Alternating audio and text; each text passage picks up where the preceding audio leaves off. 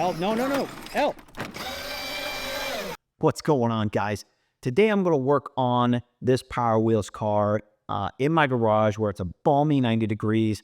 I'm going to be honest with you, I didn't believe in global warming until pretty much this week. How dare you? But yeah, so I'm going to work on this old Power Wheels car that my buddy gave to me. He said he lost the power cable and so therefore couldn't charge it. So in true fashion, rando fix fashion, I'm going to drop a drill battery in this and I'm going to do a couple other upgrades. So not really sure how I'm going to fully approach this yet. I have yet to open this up. I'm just going to kind of go from there and see, what I can do to make this go from really a slow clunker to a high-speed road racer. So stick around and I'm going to show you how I take this from 6 volts all the way up to 20 volts or in between with a regulator. Let's get to it. So first things first, we're going to take off the seat cover, and this is where the controller board and the battery and the motors are located. So once we take it off, we'll have a better idea of what's underneath here. I already took off the screws. And so if you have a similar car like this, you're most likely going to see the battery and then, of course, the controller board. So a lot of the newer cars, probably in the past 4 or 5 years, come with these controller boards that allow for remote control functionality. These are actually pretty limited, usually from 6 volts to 12 to all the way up to 24. And in some cases, you might even see I believe 40 volts on some of the higher end ones. But for the sake of this project, this is a 6-volt controller board because this is a 6-volt battery. And also looking here, it looks like this car only has one motor, which is quite odd because it really, in theory, it's just going to move one wheel, and I guess that would be enough to push it forward. But I'm actually going to swap out this motor and put in 2, both for the left and right side. Before I do anything else, I'm going to disconnect the battery, disconnect the terminals. There you go.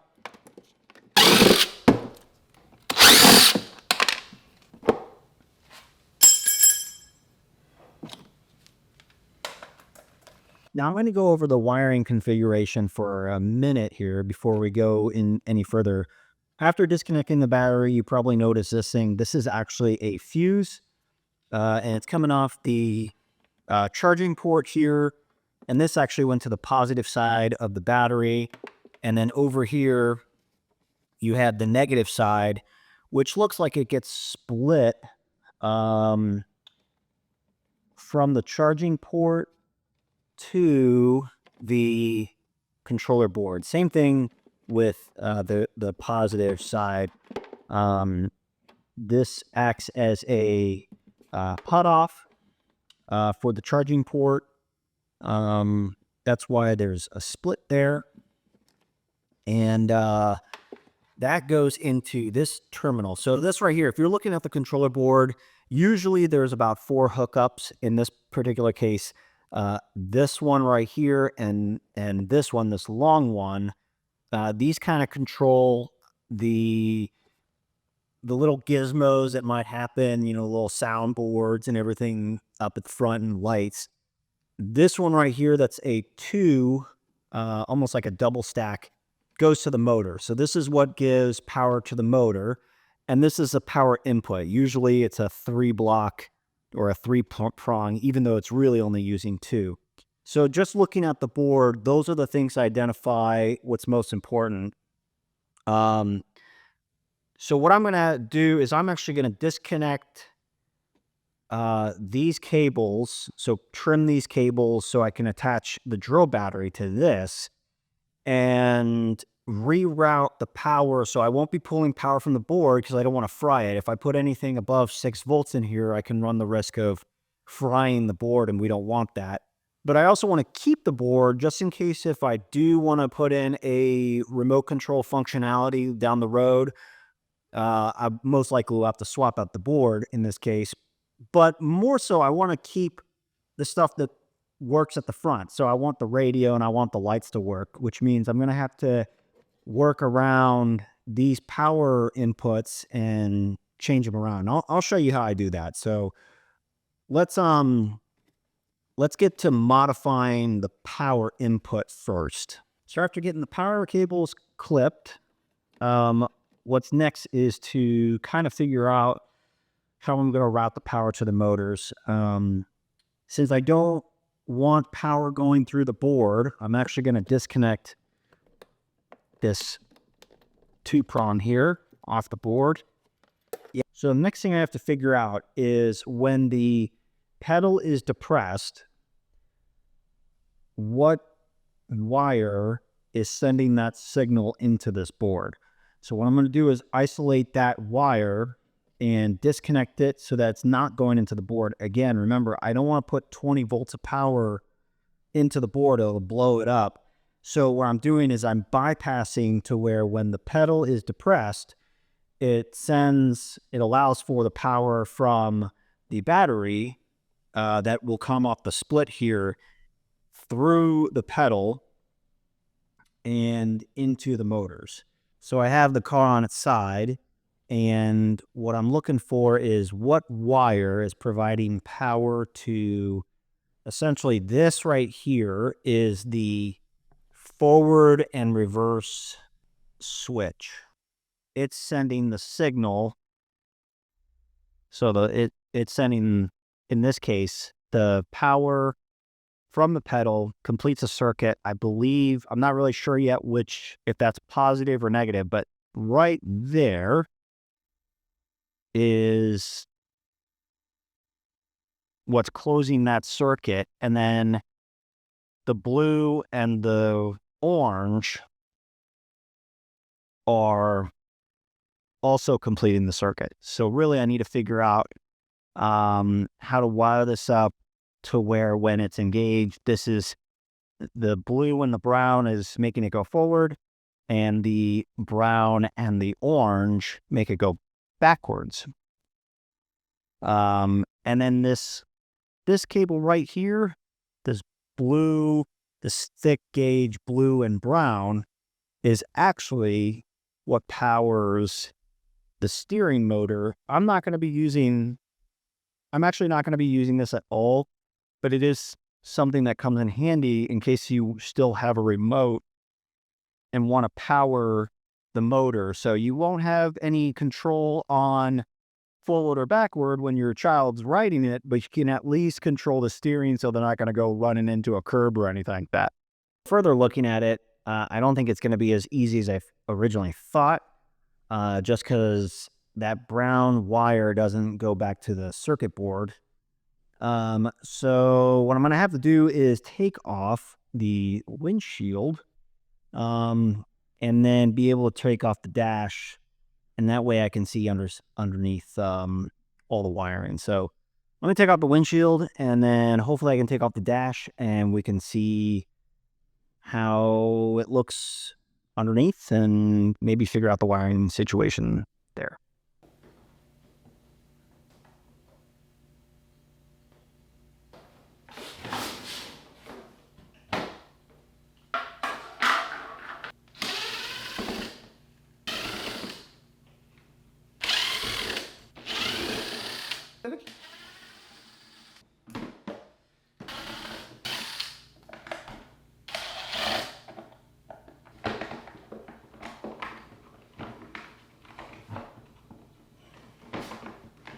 After getting the dash apart, I found out that the brown wire is actually a daisy-chained positive wire. So I'm going to cut that and use that to complete the circuit for the motor. So I'm going to use the orange and blue wires along with that brown wire and link them up with the motors.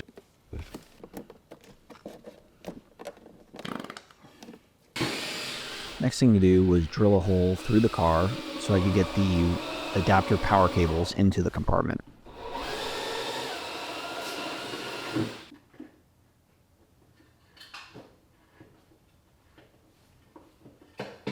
Since the adapter wires are pretty short, they come with this really handy connector. This will give me the ability to further extend into the cabin.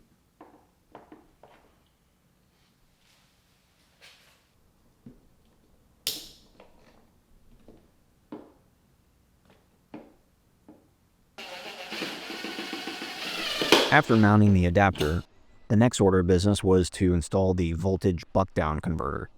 This allows me to change the 20 volts from the drill battery into 6 volts so I don't fry the controller board. Adjusting it is pretty easy. You go clockwise to lower the voltage or counterclockwise to increase the voltage.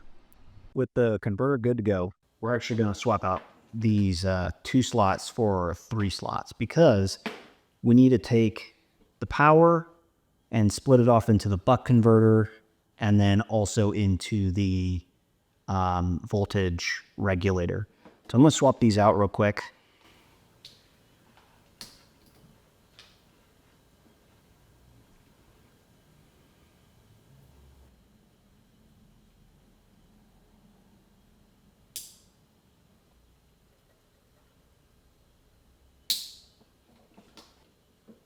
Now that the buck converter was tuned and hooked up, it was time to open up the voltage regulator. I'm a big fan of this regulator because it has this extended controller knob as well as easy access for the motor and power inputs and outputs. To replace that rinky-dink 6-volt motor in the pink car, I decided to cannibalize these 2 motors and gearboxes from a previous project called the Savage Wheel. It worked really well, except the button for the acceleration never really worked properly, so I'm just going to scrap it and put it into this new project.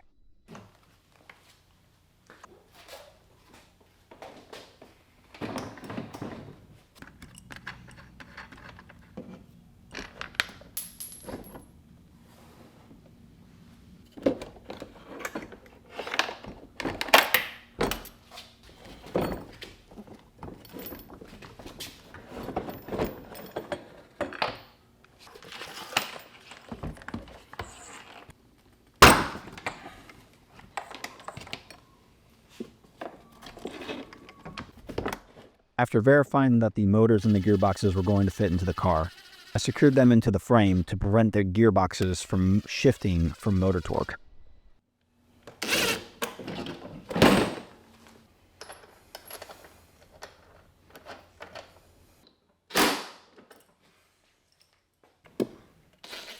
After mounting the buck converter, I then moved on to installing the controller knob for the regulator. Choosing where to mount the controller knob for the regulator was pretty easy. Since I wasn't going to be using the charging port anymore, I decided to take this little flap and drill a hole through it, and that way I would be able to mount the controller knob to it.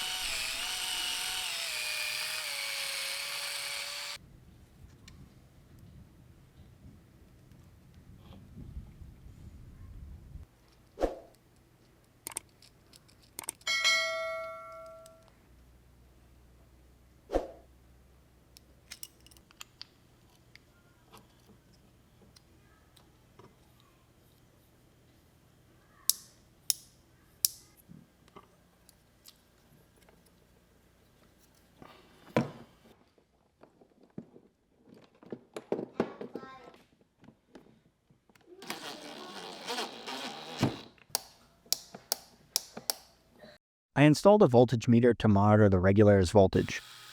What's great about this setup is that the meter is almost the same size as the original fake gauge socket, giving it a clean and stylish look during operation.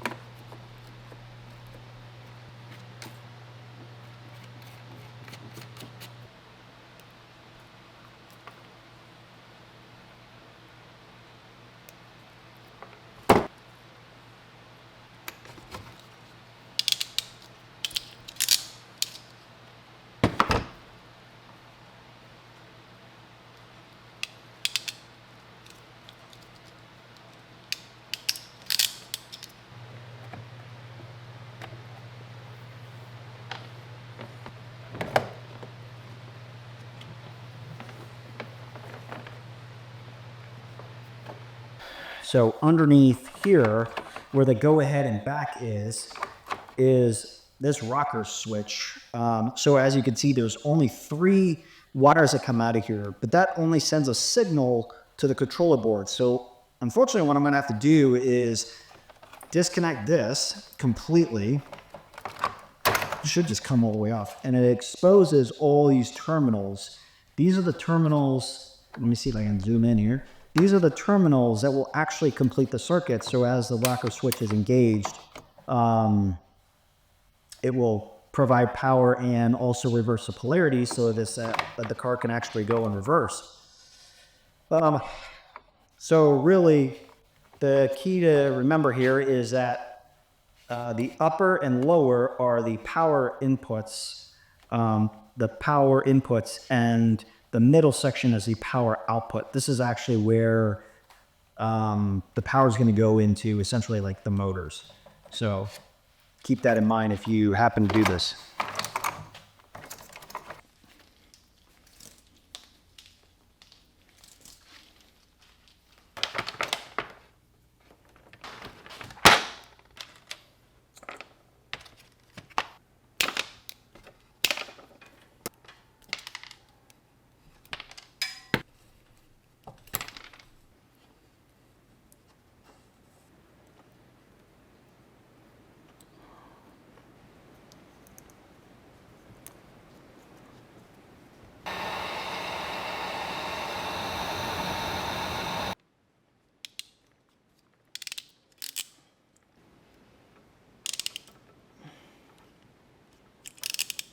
Now that I've made up these new wires for the switch, now comes the fun part to attach these and route them through into the car.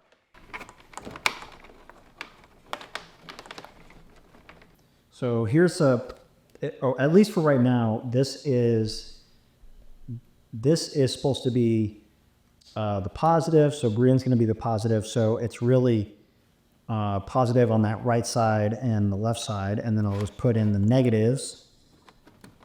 And what it has to be is just alternating. That's how these rocker switches work. So if you can kind of see the configurations like that, and then this middle portion is what goes out to the motor. So so I have these daisy chain wires. What I'll do is I'll route some cables or wires, sorry. I'll route some wires from this middle portion down into the car, and that's where they'll split here at the motors. I made up the positive and negative wires that are going to go to the motors.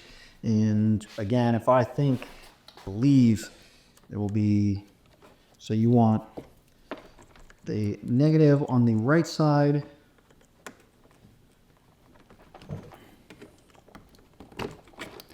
and then positive on the left side of this portion here. And again, I'm not entirely sure how this rocker switch is. I guess I could test it to make sure, you know, what activates what in terms of polarity. But for right now, just for the sake of getting this rolling, I'm gonna... All right, so I got just a absolute medusa of wires. So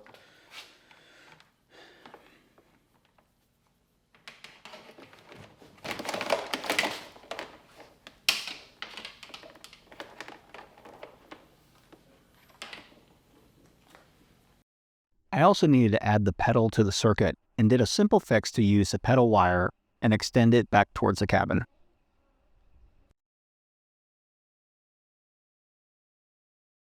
All right, now for just bringing this all together. So bear with me. I'm actually just kind of overwhelmed by looking at all these cables. But I'm going to try to put this all together and kind of reset from earlier. What I'm looking for is that green, the thick green cable or wire, and the thick black wire. And kind of cleaning this up a bit. I'll trim these down.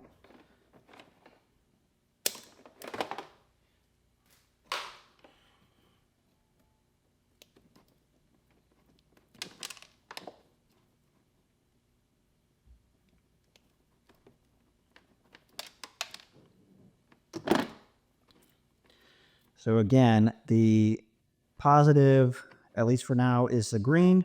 What I'm going to do is, and I know the color scheme is all jacked up, and I'm sure more professional electricians out there are going to be like, wow, really, what am I thinking? But this is just how I am.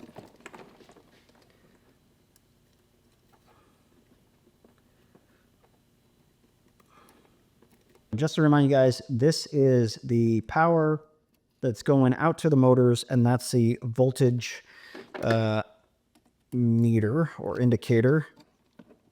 So that way, when we adjust the voltage on the regulator, we can see it on the dashboard. And so, and then let's see, where is, there we go. That's a thick black cable. And then the green here.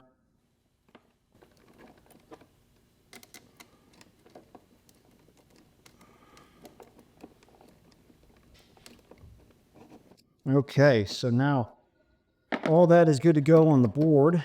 And the next thing to do is get the motors hooked up. And so this is the circuit that completes the, this is part of the pedal. So when the pedal's depressed, this will kind of complete that circuit. So, or not kind of, it will complete the circuit. And then here's the positive to, this is actually what delivers power directly into the motors. So we're going to trim these down.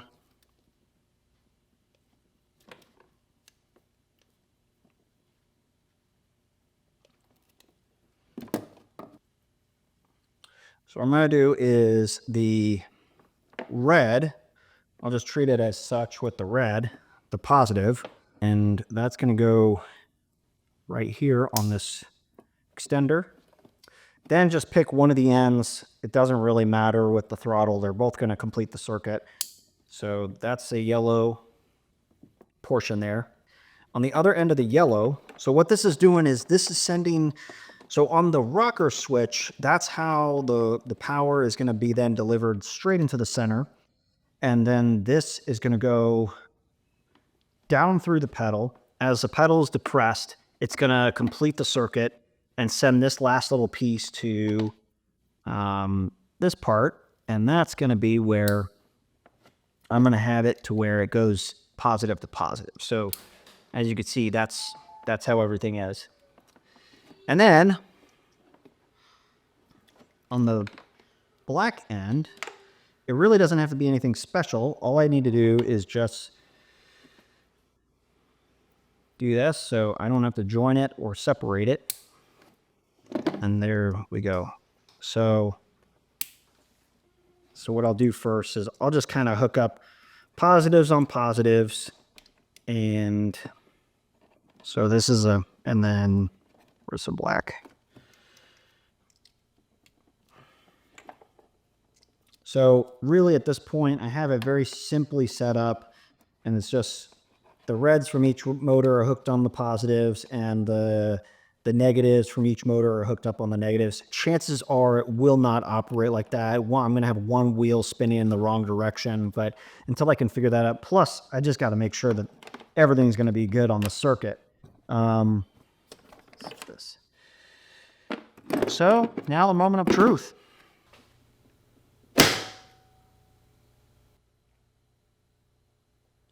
So everything's working for the voltage meter. I don't think the camera can show it. I'll show you here in a minute. But really the biggest thing too is just making sure, does it all spin? Does it work? Well, actually, let's see if the dash still works, which means if the controller board is still working. So we're going to turn on everything on the dash. So the lights work. And the radio works. Perfect. Okay. So that's good. The moment of truth is making sure that the motors spin. Let's see. All right.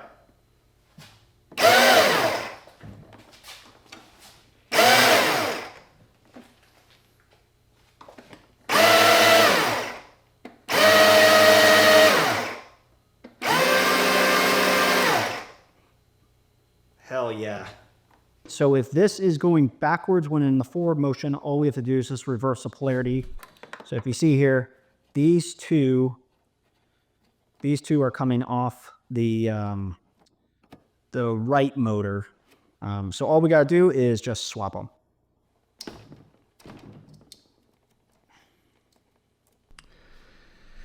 So if any of you guys are watching this just for a tutorial aspect, I'm terribly sorry that you're looking at just such a hodgepodge here and also just a total nest of wires. I guess if I wanted to put a little more time into it, I could clean this up a little bit. Maybe that's something I'll do later. I just really wanted to make sure this works. But just to kind of give a recap of how this is all configured, I have it to where it's a drill battery.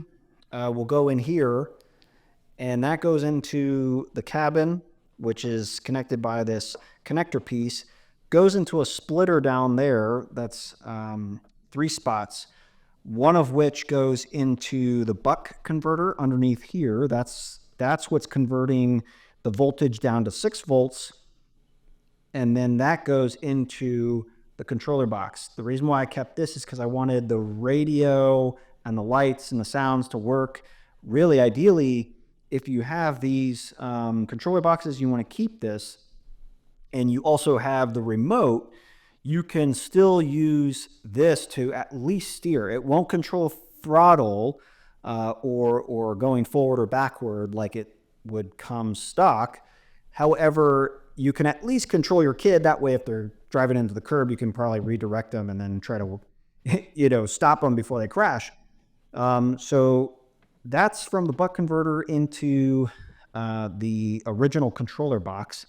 And then the third set of wires are going into this voltage regulator. Again, the reason why I wanted this was because of a soft start, and also just it came with its own controller knob here, which is pretty cool. And actually it just worked out really well that it went in this spot.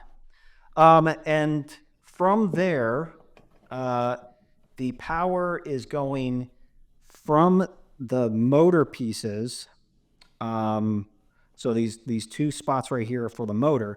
These wires are going to the forward and back switch.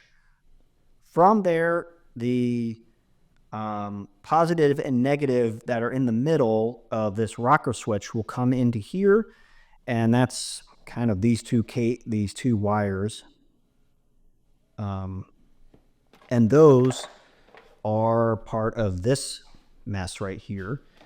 And the negative is pretty straightforward. It comes in, it splits, and then goes to this daisy chain, which then goes to the motors. And the red I did a little bit differently. So the positive comes in, and that it actually meets, where is it here? The positive comes in and is joined here at this connector, and then that sends the signal into the throttle, because you have to break the loop somehow, right? So otherwise it's not this continuous motor running right as you put the drill battery in. And so as the pedal is depressed, that completes the circuit, comes back through this yellow wire, and the yellow wire is then joined by this daisy chain here, which then goes into the motor. So again, I apologize that this is such a mess. I'm normally better about making sure that this is all cleaned up, but I was just so excited to get this thing all configured and wired up. And I can't believe that it was almost perfect on first go. The only mix-up was the polarity on the right motor, but that again, that was an easy fix that I showed you earlier. So I'm just going to put everything back together and see how it all looks.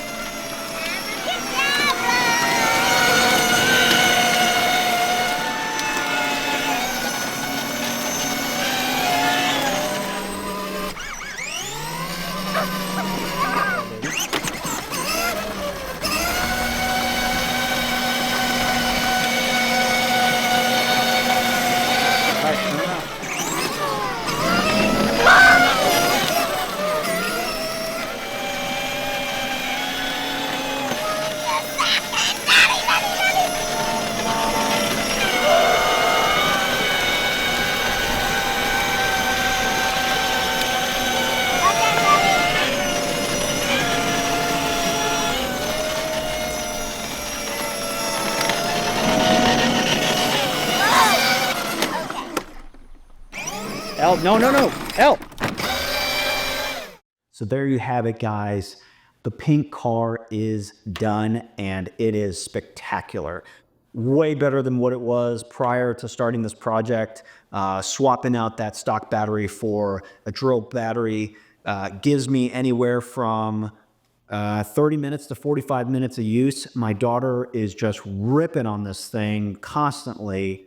And really after about 25 minutes out front, she only burns about, I don't know, 40% of this battery right here, if that. So just a spectacular outcome. As you can see, it is no longer balmy in my garage. It is now cold. That's how long this project has taken me, really just to edit this. I get really lazy and slow on editing. Full transparency, the project was done several months ago, but I didn't get around to editing this video until now. And kind of had to make a couple tweaks and realized I didn't have an ending to the video. So here I am. If you like how the tutorial went, I know it was a really long video, but if you liked the tutorial, please like and subscribe. It really helps the channel out. And I have future videos coming up. Believe it or not, my daughter drove this so much that the motors burned up, and I actually swapped them out for some newer motors. So I'll be posting a video for that later down the road. And I also have some other projects in the works. So hit that subscribe button, follow. Thanks for your support, guys. Remember, don't just fix it, make it better. I'll see you next time. God bless.